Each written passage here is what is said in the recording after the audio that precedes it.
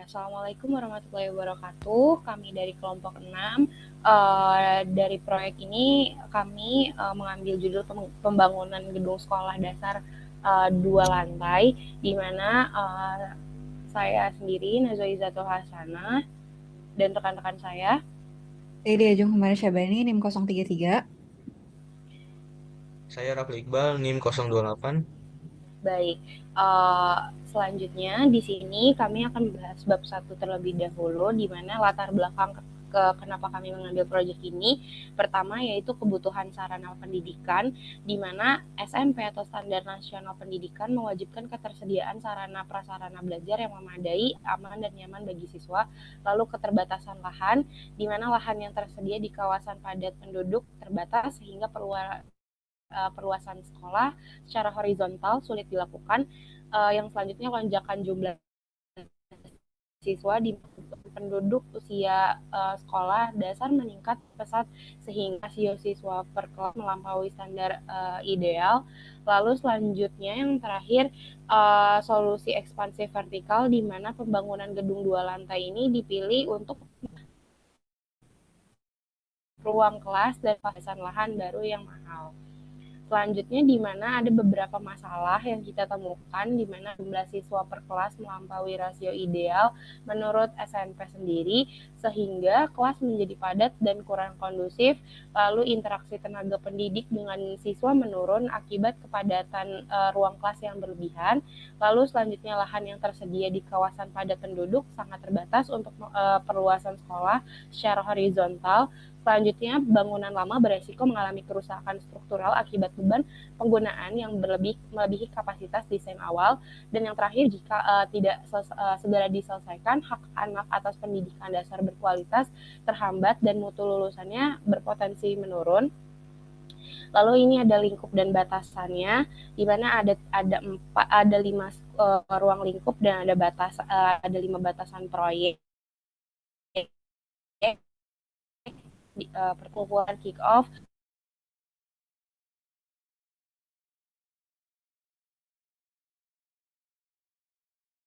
batasannya rekrutmen tenaga pengajar. Yang ketiga pekerjaan finishing, batasannya pengadaan furnitur. Terus juga ruang lingkup yang selanjutnya investasi map, listrik, air, sanitasi.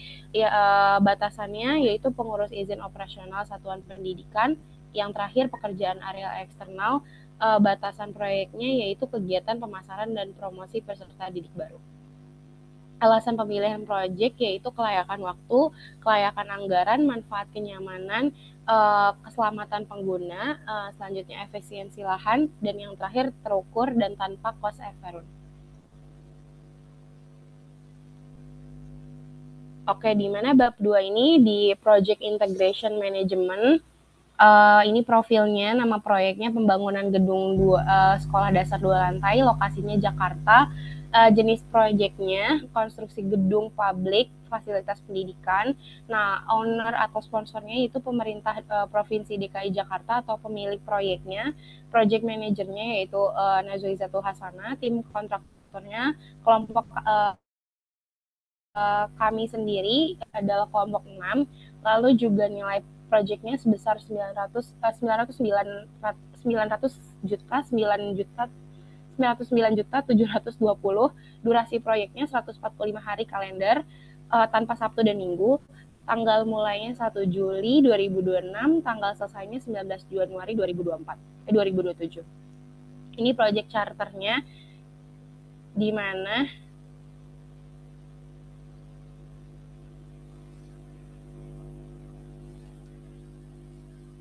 proyek charternya ini pertama, project background-nya yaitu populasi usia sekolah terus bertambah. Lalu juga project description-nya mencakup persiapan lahan, struktur bawah dan atas, finishing arsitektur, instalasi map, dan penataan area eksternal dijadwalkan ketat agar tidak terjadi fluktuasi waktu maupun biaya.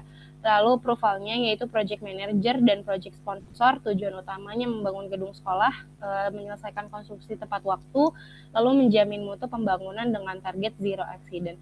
Nah, key fact-nya itu kita start date-nya 1 Juli, target completion-nya 19 Januari 2027, durasi proyeknya 145 hari, estimasi biayanya 909 juta 720 ribu rupiah. Ini adalah lampiran project charter kami. Oke, selanjutnya masuk ke struktur organisasi. Bisa dilihat di sini bagian ini itu menampilkan struktur organisasi proyek yang dipimpin oleh project sponsor dan project manager sebagai komando utama. Operasional lapangan itu dikelola oleh site manager yang membawahi tim teknis seperti engineer, quality control, HSE, mandor, dan subkontraktor MEP. Sementara itu fungsi administratif dan finansial itu dijalankan oleh tim finance serta procurement dan admin untuk mendukung kelancaran eksekusi lapangan. Nah, masuk ke ruang lingkup atau project scope. Di sini ada 6 ruang lingkup. Tahapan konstruksi yang sistematis itu dimulai dari persiapan lahan dan bow plan dilanjutkan dengan pengerjaan struktur bawah. Itu fokus beralih ke instalasi utilitas map, diikuti pekerjaan finishing arsitektur. Sebagai penutup dilakukan penataan eksterior berupa paving block dan pembangunan pagar pembatas sekolah. Next.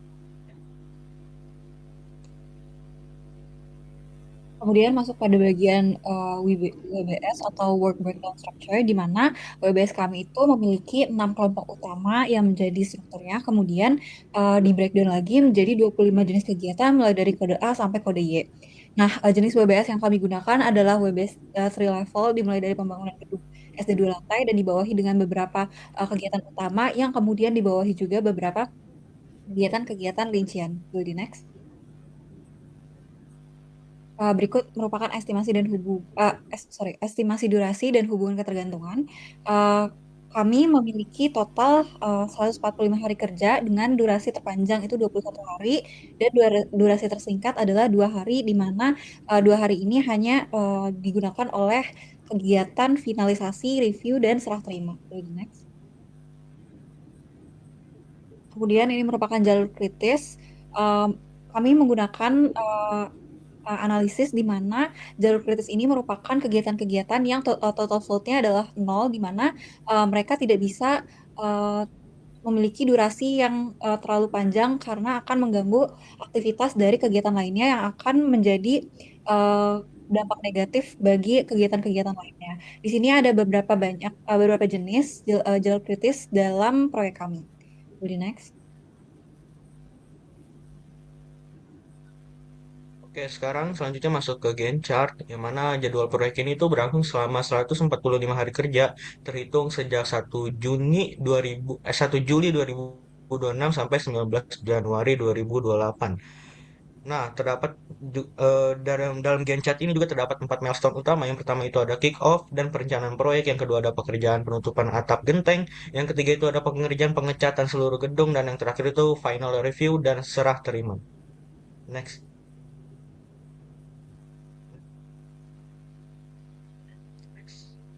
Kemudian masuk kepada bagian resource sheets. Yang pertama, kita membagi resource-nya itu menjadi resource tenaga kerja atau work resource, di mana totalnya adalah kami memiliki beberapa jenis pekerja yang memiliki type itu work pada project kami dengan beberapa standard rate yang berbeda-beda, dengan project manager yang memiliki standard rate terbesar karena beliau merupakan pemegang otoritas utama pada proyek kami. Kemudian ada juga pada bagian material resource, kami membreakdown juga beberapa material yang diperlukan bertotalkan 10 dengan tipe-tipenya. Yang kami gunakan adalah satuan itu paket dengan standar rate yang berbeda-beda juga. Kemudian ada cost resource atau peralatan dan administrasi yang kami breakdown juga menjadi 10 jenis dengan standar rate yang juga berbeda-beda sesuai dengan kebutuhannya. Boleh di next. Kemudian berikut masuk ke RASI matrix atau responsibility assignment matrix, di mana di sini merupakan hubungan dari ke-10 pemangku kepentingan dari proyek kami. Yang pertama-tama dari project manager itu sendiri, seperti yang sudah saya katakan sebelumnya, project manager memiliki kuasa terbesar pada proyek kami dan mostly memiliki status accountable pada proyek kami yang diikuti dengan uh, uh, diikuti dengan uh, diikuti dengan jenis-jenis pekerja lainnya yang memiliki kontrol yang berbeda-beda terhadap proyek kami. Jadi next.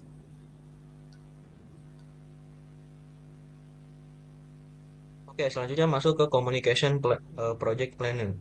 Plan. Tabel ini tuh mengatur alur komunikasi agar proyek itu berjalan efektif. Laporan rutin seperti progres mingguan, laporan risiko, biaya, hingga laporan K3 harian itu ditetapkan dengan mengirim, menerima, dan media yang jelas. Mulai dari rapat hingga email.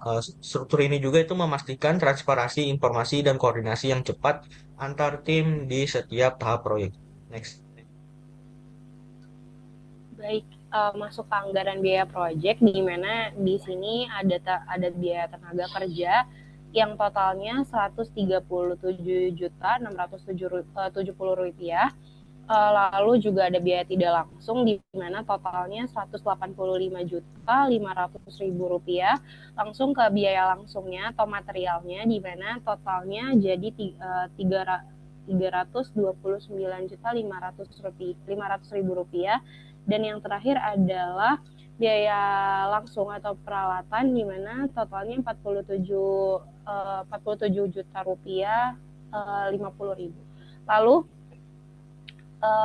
anggaran biaya proyek ini bisa dikategorikan ada 4, di mana total anggaran biaya keseluruhannya mencakup 30 jenis sumber daya yang menaungi tenaga kerja, material, dan peralatan atau administrasi itu sebesar Rp909.720.000.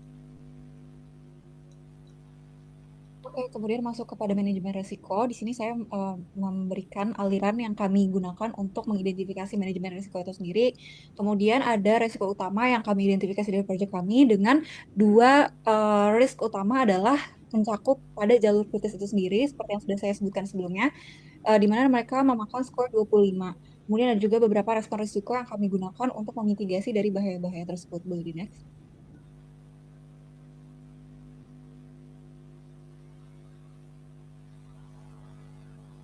Oke, selanjutnya masuk ke Project Quality Plan. Di sini terdapat table yang mana berisi kolom deliverable, standar kualitas, metode pemeriksaan, serta acceptance kriteria.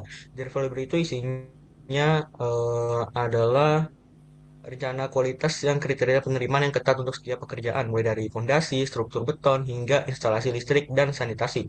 Semuanya itu wajib melalui inspeksi dan pengujian standar.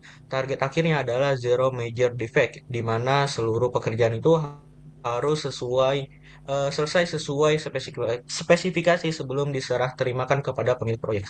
Next.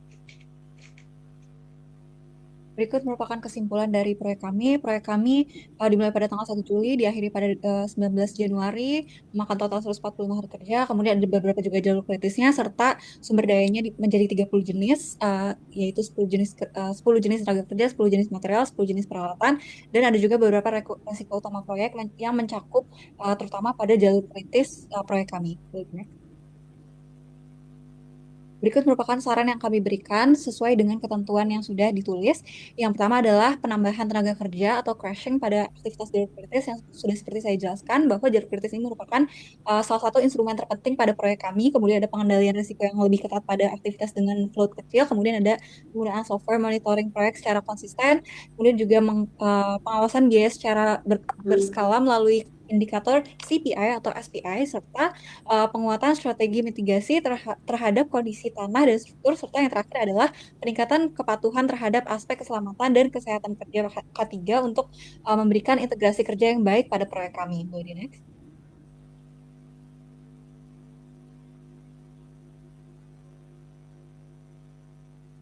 Oke, sekian dari kelompok kami, kurang lebihnya mohon maaf.